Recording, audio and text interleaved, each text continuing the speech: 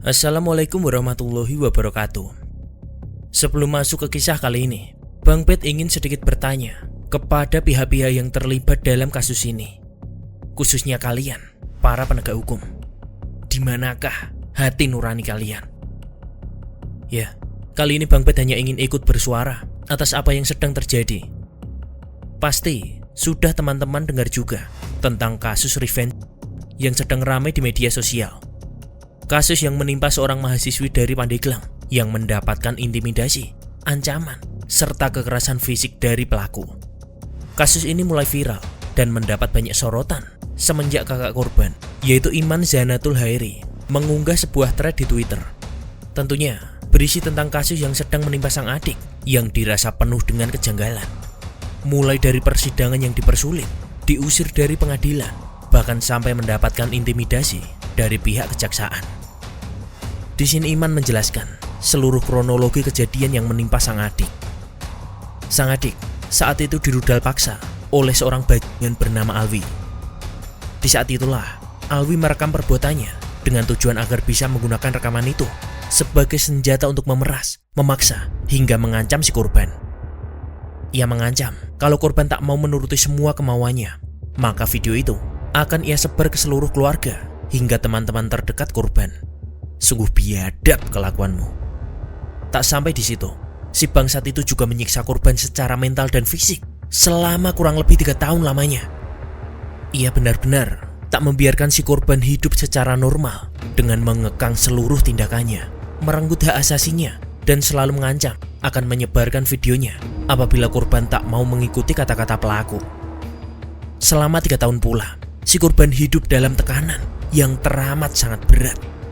Dan semua itu ia simpan seorang diri karena ia takut jika video itu akan benar-benar disebar oleh si Alwi.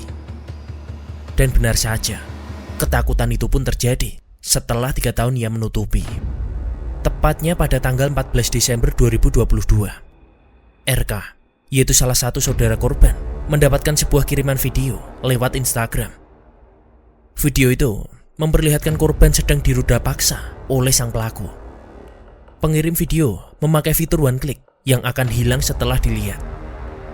Untungnya, karena RK memakai laptop saat itu, ia langsung menyimpannya untuk memastikan apa benar perempuan dalam video itu adalah sang adik.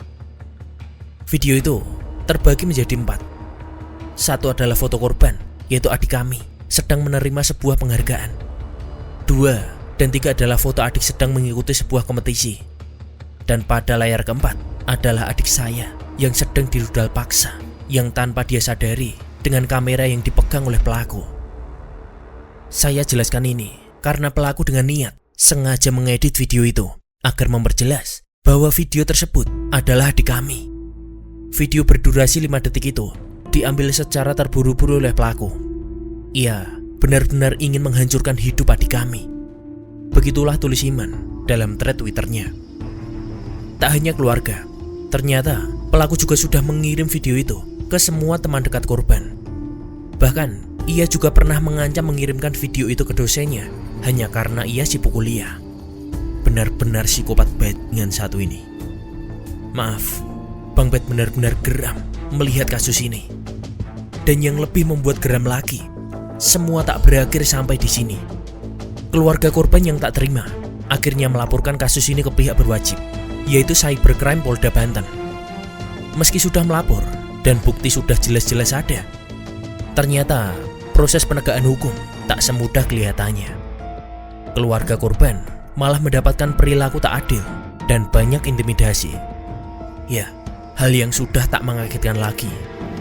Juga, hal yang membuat pihak keluarga korban terus memperjuangkan keadilan, tentunya untuk sang adik, adalah karena cerita sang adik yang selama 3 tahun terus-menerus penuh dengan siksaan.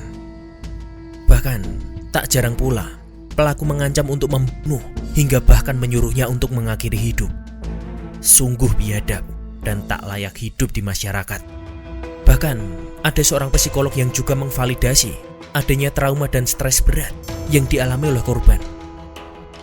Namun, seperti yang sudah menjadi rahasia umum, keadilan memang berada di sisi mereka yang punya uang dan juga kuasa.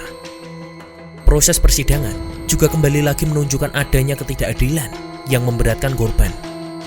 Mulai dari pelaku yang sidang online, sementara korban harus datang langsung, hingga ada salah satu jaksa yang mendoktrin psikologis korban agar mengikhlaskan semua kejadian ini. Ya, pesan untuk si jaksa dari saya, karma itu ada. Nikmatmu tak akan sebanding dengan hukuman yang kelak akan kau rasakan. Kau sudah mengingkari sumpahmu. Mengingat semua kejanggalan ini, keluarga korban tak menyerah. Mereka kembali mencoba melapor ke Posko Perlindungan Perempuan dan Anak atau PPA, Kejaksaan Negeri Pandeglang. Namun ternyata tak jauh berbeda. Di sana kejanggalan masih berlanjut. Bisa-bisanya saat keluarga korban melapor, dengan bangganya mereka mengupload foto korban dengan caption seakan mereka sedang menangani kasus dan menegakkan keadilan. Sepenting itukah citra kalian? Selain itu juga masih terjadi intimidasi di institut yang seharusnya menjadi tempat melapor, namun malah menjadi tempat reproduksi kekerasan oleh penegak hukum. Dan berikut adalah pesan suara dari Mas Iman sendiri, yaitu kakak korban. Assalamualaikum warahmatullahi wabarakatuh. Terima kasih Bang Bets atas dukungan dan supportnya. Banyak yang ingin kami sampaikan sebetulnya setelah melalui proses yang panjang seperti ini ya. Kejanggalan-kejanggalan, apa yang dilakukan penegak hukum terhadap kami, dan juga memperhatikan tentu saja kasus yang menimpa adik kami. Yang ingin kami sampaikan adalah, saya kira kasus ini menjadi viral bukan hanya karena itu diviralkan ya, tetapi juga karena banyak orang di negeri ini yang memang merindukan keadilan. Jadi dukungan yang luar biasa dari netizen ini karena mereka dan juga saya, tentu saja kita semua sebagai masyarakat Indonesia memang merindukan keadilan yang sama. Makanya secara natural kita bergandengan tangan. Yang jelas setelah kami menceritakan hal-hal tersebut, apa yang dirasakan oleh kami keluarga juga dirasakan oleh seluruh rakyat Indonesia. Oleh sebab itu kasus ini mencuat karena semua orang merindukan keadilan, dan tentu saja apa yang dilakukan oleh pelaku ini tidak ingin dirasakan oleh perempuan manapun. Jadi kami harap keadilan akan datang. Semua kejanggalan pun diceritakan di sana, mulai dari barang bukti yang berbeda hingga bukti utama yang berupa video yang tak dihadirkan dalam persidangan hanya dengan alasan laptop yang tak support. Masuk akalkah pihak kejaksaan dan PPA sudah tak lagi menjalankan mandat mereka? Hingga Iman akhirnya meminta bantuan masyarakat Indonesia dengan mengviralkan semua kejanggalan dalam kasus yang sedang ia perjuangkan untuk mencari keadilan bagi sang adik. Juga untuk memberikan hukuman yang setimpal kepada pelaku yang bisa dikatakan jauh lebih rendah dari binatang. Kasus pun terus berlanjut. Namun sebelum itu, pasti teman-teman bertanya, kenapa ada banyak penegak hukum yang lebih condong memihak ke sisi pelaku? Siapakah dia? Jawabannya ada pada kekuasaan. Ia bukanlah anak dari orang sembarangan. Ya, bapaknya adalah mantan pejabat daerah yang pasti memiliki pengaruh besar. Hingga video ini dibuat, kasus ini sudah sangat viral dan dibahas di mana-mana. Dan kabar terbarunya, si bang pelaku ini hanya mendapatkan tuntutan vonis 6 tahun penjara dengan pasal 45 ayat 1 Junto 27 ayat 1 UU ITE. Ya, pasal yang menjeratnya hanya pasal pelanggaran ITE, tidak termasuk pasal pengancaman pembunuhan, penyiksaan, intimidasi, tindak asusila, dan tindakan biadab lainnya yang mungkin dinilai tak penting. Meskipun semua buktinya sudah jelas ada. Juga tambahan hukuman 8 tahun, tidak boleh memakai internet sejak vonis dibacakan. Kalau gitu, kenapa nggak bilang aja hukuman 2 tahun setelah keluar? Toh yang 6 tahun juga nggak mungkin kan narapidana bisa mengakses internet? Apa ditulis 8 tahun biar kelihatan vonisnya banyak?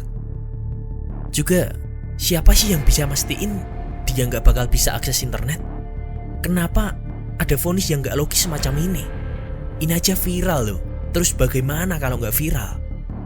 Dengan kekuatan netizen, semoga semua ketidakadilan bisa terpantau. Dan karena kita ketahui juga, kalau nggak viral, nggak akan diusut. Mari kita gunakan sosmed untuk hal positif semacam ini. Kita gunakan kekuatan rakyat dengan media sosial. Karena bagaimanapun, ada nama besar yang selalu punya citra yang harus dijaga. Maka dari itu, ayo angkat kasus ini lebih lagi agar para penguasa ikut mendengar. Juga untuk semuanya, apabila di antara penonton video ini ada yang mengalami kasus yang serupa dan mungkin takut untuk melaporkan, semua tidak akan berubah kalau bukan dari diri kalian sendiri yang berusaha untuk membuka. Jangan senangkan pelaku kejahatan dengan kalian yang hanya diam. Juga untuk Mas Iman sekeluarga, semoga bisa bersabar dan tabah akan adanya kasus ini. Semoga kedepannya tak ada lagi kasus serupa. Dan untuk menanggulangi hal itu, harus dimulai dari kita sendiri untuk berani bercerita, minimal kepada teman terdekat. Sekian yang bisa Bang Pet sampaikan. Wassalamualaikum warahmatullahi wabarakatuh.